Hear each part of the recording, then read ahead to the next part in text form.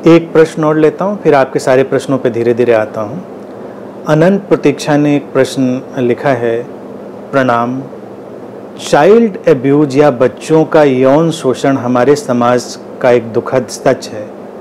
ऐसी घटना से गुजरने वाले बच्चे बड़े होकर भी उस मानसिक आघात से उबर नहीं पाते। इस समस्या पर कुछ कहें।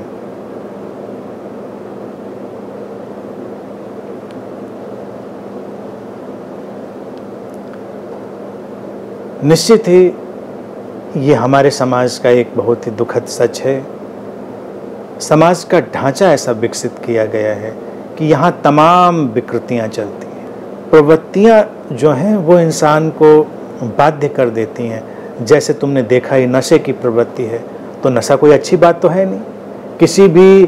किसी भी कोण से नशे की प्रशंसा तो नहीं करी जा सकती कि नहीं आप बहुत अच्छा काम कर रहे हैं, आप शराब पी रहे हैं, आप नशा कर रहे हैं, ड्रग्स ले रहे हैं। तारीफ नहीं कर सकते। आपकी मजबूरी हो सकती है, विकृति हो सकती है, बीमारी हो सकती है, लेकिन प्रशंसनीय तो नहीं हो सकता ना। अभी भी सब उसी की तरफ भाग रही दुनिया। तो इसी तरह से जो यौन विकृतियां हैं, जो सेक्सुअल परवर्जन है, ये भी लोगों के अंदर इस तरह से उतरा हुआ है कि एकदम से चुटकी बजाते वो समाज में हल नहीं होता। ये बात तय है कि समाज का जो ढांचा विकसित हुआ धीरे धीरे, उसने ऐसी विकृतियों को बहुत जगह दी। लेकिन एक प्रश्न ये भी है, और वो भी मनोवैज्ञानिक रिसर्च जो हुई हैं, शोध हुए हैं, उनके आधार पर ही सामने खड़ा हुआ कि केवल ऐसा नहीं है कि समाज की जो परिवेशगत चीज़ें हैं, इन्वायरमेंटल, उनसे ही ये विकृतियाँ आती हैं। ये जेनेटिक एक मसला भी है, एक कुछ व्यक्ति की प्रोग्रामिंग का हिस्सा है। जैसे कई लोग ये बोलते रहते हैं कि भाई जो समाज में इतना सेक्सुअल वायलेंस है, उसके लिए पोर्नोग्राफी बहुत जिम्मेदार है। तो पोर्नोग्राफी हो या ना हो, कई बार तुम रिसर्च करोगे तो जो सेक्सुअल वायलेंस में जाते हैं पोर्नोग्राफी से उनका दूर दूर का नाता नहीं। उनके अंदर वायलेंस है, उनके अंदर वो विकृति है। चाइल्ड अब्यूज एक बहुत बड़ी विकट समस्या है। कई मनोवैज्ञानिक सर्वेक्षण बताते हैं कि 6 में से समझिए 2 बच्चे अपनी उम्र के किसी न किसी पड़ाव पर इस चाइल्ड अब्यूज का शिकार हो जाते हैं, यौन हिंसा का। ये डेटा कम है, डेटा और इससे भी ज़्यादा हो सकता है। लड़कियां लड़के सब उसमें इक्वली शामिल होते हैं। और कई बार हैरान करने की बात है, ये जो घटनाएं हैं ये परिवार में ही ज़्यादा होती हैं। परिवार के लोग होते हैं, जान पहचान के लोग होते हैं, आसपास के लोग होते हैं। पहला काम तो देखिए ये है कि समाज में इस तरह की ट्रेनिंग होनी चाहिए कि लोग समझें। बच्चों को ऐसे विकसित होना चाहिए कि माता पिता की जिम्मेदारी बनती है कि उनसे बात करें, बच्चे हर बात शेयर करें। अब ये सब तो आप लोग जानते हैं, ये सब निकलता रहता है, इतना इन सब इशूज़ पे डिबेट होती रहती है और किताबें लिखी गई हैं, इतना लिटरेचर है। तो वो सब पहलू पे मैं नहीं जाऊंगा कि आप एक एक चीज़ समझें, वो तो आप सब समझ लेंगे। मुख्य चीज़ है माता पिता की जिम्मेदारी, बच्चों को करेज देना, और ये जो बॉडी है इसके प्रति उनकी अवेयरनेस को इन्हेंस करना। एक चीज़ ये सिखाना, बॉडी अवेयरनेस बढ़ेगी तो बहुत सारे बच्चे सतर्क होकर इन सब चीज़ों को समझ पाएंगे और बात बोल पाएंगे। कोई भी व्यक्ति हो उसके बारे में वो बात बोल पाएंगे।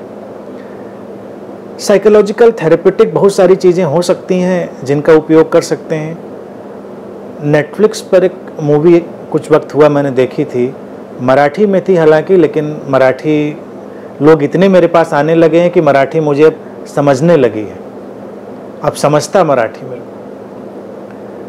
तो फायर ब्रांड शायद पिक्चर थी, 100% श्योर नाम मैं नहीं बता सकता हूँ, लेकिन फायर ब्रांड ही नाम था उसका। तो वो मराठी में पिक्चर थी और इसी विषय पर थी, जो उसकी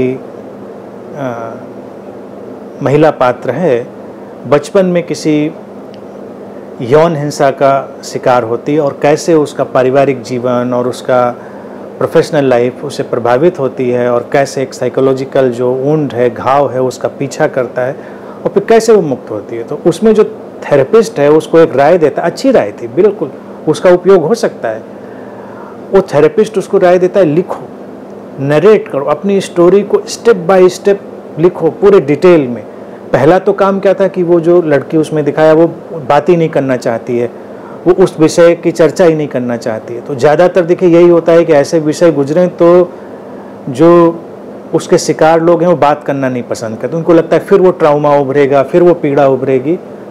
तो उसमें दिखाया है कि वो लिखती है, फिर वो जो साइकोलॉजिस्ट है उससे कहता है कि आईने के सामने बैठकर अपनी स्टोरी को पूरे फील के साथ पढ़ो, पूरे फील के साथ। तो वो कोशिश करती है लेकिन वो स्टोरी पूरी पढ़ नहीं पाती, पढ़ेगी फिर उसको वो पकड़ लेगा, वो पेन, वो ट्राउमा, वो फियर, और फिर वो नहीं पढ़ेगी, पूरा डिटेल में फिर लिखेगी वगैरह वगैरह। उसमें और क्या था डिटेल वो सब आप देख सकते हैं। मूवी का अपना प्रेजेंटेशन होता है, उसकी तमाम चीज़ें सहमति का हिस्सा होती है। उसके हर हिस्से से मैं सहमत नहीं था, लेकिन ये हिस्सा उसका खूबसूरत था, थेरेपेटिक था। तो पढ़ते पढ़ते, सुनाते सुनाते फील के साथ एक मोमेंट ये आता है कि वो डिटैच हो जाती। उसको लगता है कि मैं दूसरे की स्टोरी पढ़ रही हूँ। पहले देखिए होता है कि मैं अपनी स्टोरी पढ़ रही हूँ, दिस इज माई स्टोरी। फिर धीरे धीरे होता है दिस इज स्टोरी, ये केवल एक कहानी है, तुम अब वहाँ पर नहीं हो, वो बात जा चुकी, वक्त बीत गया, तुम जहाँ पर खड़े होकर देख रहे हो वो तुम नहीं हो, वो स्थान और समय का टुकड़ा टूटकर अलग हो चुका। ये जो डिसकंटिन्यूड फ्लो ऑफ माइंड है, इसको हमें समझना चाहिए।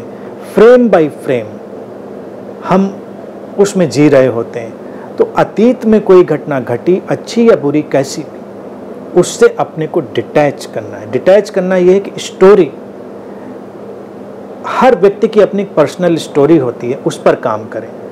तो जब उस पर काम करेंगे तो ये बात आपको पकड़ में आने लगेगी। कैसे काम करेंगे? अभी हम मॉर्निंग के मेडिटेशन में भी आपको पर्सनल स्टोरी से डिटैच होने का कोई ना कोई ध्यान जरूर समझाएंगे, लेकिन फिलोसॉफिकली, स्पिरिचुअली उसको समझें। उसमें यह है कि आप पहले तो रियलाइज करें कि ये पूरी जिंदगी केवल स्टोरी है। स्टोरी मेरी या तुम्हारी नहीं होती। इसमें तमाम किस्म के किरदार हैं, तमाम किस्म के पात्र हैं जो आते हैं और जाते हैं, चले गए, आए, अब नहीं हैं। और ऐसी घटनाओं में जो मूल बिंदु है वो है प्रतिहिंसा, प्रतिक्रिया का। जो विक्टिम है उसके मन में होता है कि मुझे उसका बदला लेना है या उसको उससे मुक्त होने की इच्छा है। मैं देखिए बदले वगैरह की बातों में जाता नहीं। मेरा कहना है कि तुम्हारा मसला है तो उससे मुक्त होना। जो व्यक्ति उस घटनाक्रम में शामिल था वो मानसिक रूप से बीमार था, रुग्ण था, मानसिक रूप से विकसित नहीं था, ये मान लेना है। आगे भी अगर कभी उससे कन्फ्रंट होना होता है तो आप दृढ़ता से कन्फ्रंट करिए, उसका सामना करिए, जो भी करना है करिए। लेकिन अगर वो अब जिंदगी का हिस्सा नहीं है और तुम केवल स्मृति में, केवल अपनी जो मेमोरी है उसमें कैरी करके उस पीड़ा को महसूस कर रहे हो, तो पहला काम तो उसको क्षमा कर दे। सुन के थोड़ा अजीब लगेगा, अरे ऐसे कैसे क्षमा कर दें, उसने इतना मेरे साथ आघात किया। लेकिन यहीं से मुक्ति का मार्ग खुलेगा। बैठें, मेडिटेटिवली देखें उस हैपनिंग को। अब यहाँ पर उस अद्वैत के सिद्धांत का उपयोग काम करेगा कि जिसका मैं बार बार रिपीटेशन करता हूँ बुद्धा के वक्तव्य का, कि घटनाएं घटती हैं, परिस्थितियाँ बनती हैं, करने वाला कोई नहीं। तो कोई परिस्थिति होगी, बनी, घटना घटी, क्यों बनी, क्यों हुई, कोई नहीं जानता। तुम उसके शिकार हुए, दुखद था, पीड़ादायक था, लेकिन वो किसी के हाथ में नहीं था। वो व्यक्ति जो भी रहा हो, तुम्हारा प्रियजन हो सकता है, तुम्हारा जानने वाला हो सकता है, ज़्यादातर तो वही लोग होते हैं ऐसे जब चाइल्ड अब्यूज के किस्से होते हैं। कोई बात नहीं, उस व्यक्ति को बीमार मानकर, रुग्ण मानकर अपने अंतर मन से क्षमा कर दें, कहते ये कहानी है जीवन की और मुझे अब इस कहानी के साथ नहीं चलना, इस कहानी के साथ आगे नहीं जाना। और फिर अपने आप को देखें, गौर से देखें, पूरी सजगता से देखें अपने पूरे शरीर और मन को, और शरीर मन से एक दूरी अंतर्मन में बनाएं। पर्सनल स्टोरी को केवल स्टोरी में तब्दील करें, जो व्यक्तिगत कहानी है उसको बस कहानी में बदलें और उसको छोड़ दें। लिखने वाली थेरेपी कारगर है, बोलने वाली थेरेपी कारगर है, वो कर सकते हैं।